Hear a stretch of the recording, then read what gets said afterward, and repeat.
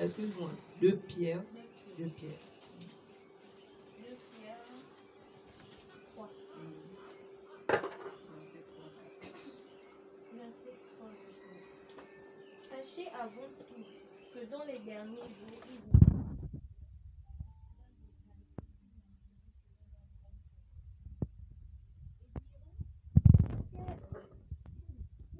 promesse de son avènement. Car depuis que les pères sont morts, tout demeure comme depuis le commencement de la création. Verset 5. En effet, ils oublient volontairement qu'il y eut autrefois des cieux et une terre du milieu de l'eau et formée par l'eau surgit à la parole de Dieu.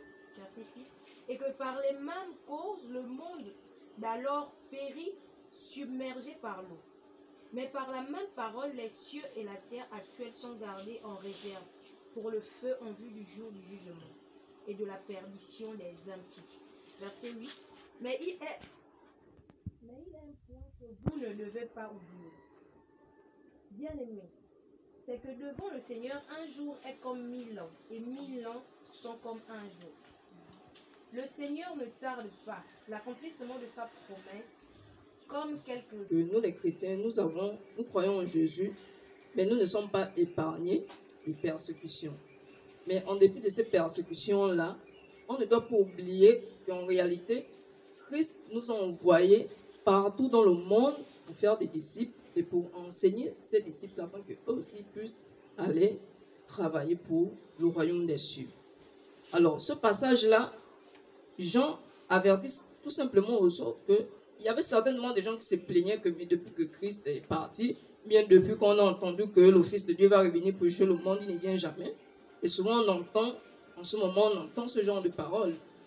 Moi, j'entends souvent ce genre de paroles. Mais vous priez, on a dit Jésus va revenir bientôt, il ne revient jamais. Et là, ce matin, Christ nous demande de faire attention, que nous les chrétiens, nous ne devons pas oublier quelle est notre mission réelle.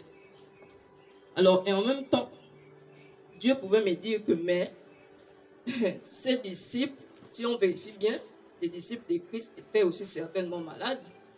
Je n'ai pas vérifié, mais il paraît que Pierre avait les gens qui ont des gros pieds là. Selon la Bible, il paraît également que Dieu avait mis Paul un ange pour le torturer parce qu'il était je ne sais pas quoi là. Donc c'est pour dire que nous sommes des chrétiens, nous aurons des persécutions, nous aurons des maladies, nous aurons des manquements. On va certainement mourir de faim. Mais Christ voudrait qu'on ne puisse pas oublier qu'en réalité, la foi, c'est aussi espérer le monde à venir. Ce n'est pas s'attacher, ça veut dire qu'on doit se détacher au contraire des choses de ce monde, ne pas trop avoir un regard dessus, parce que si on a trop un regard sur nos maladies, elle a donné un témoignage là sur la maladie, si on a trop nos regards sur je n'ai pas de voiture, je n'ai pas de travail, je n'ai pas de maison, on va se détacher de Dieu et non du monde. Et donc ce matin, Christ voudrait nous rappeler que nous ne devons pas oublier d'impacter le monde parce que nous tous, nous devons être sauvés. Amen. Et cette parole également nous rappelle que nous devons nous préserver. Nous devons préserver notre corps, notre âme et notre esprit de toute souillure. Alors, on va essayer de lire 1 Jean 2, le verset 3 à 5.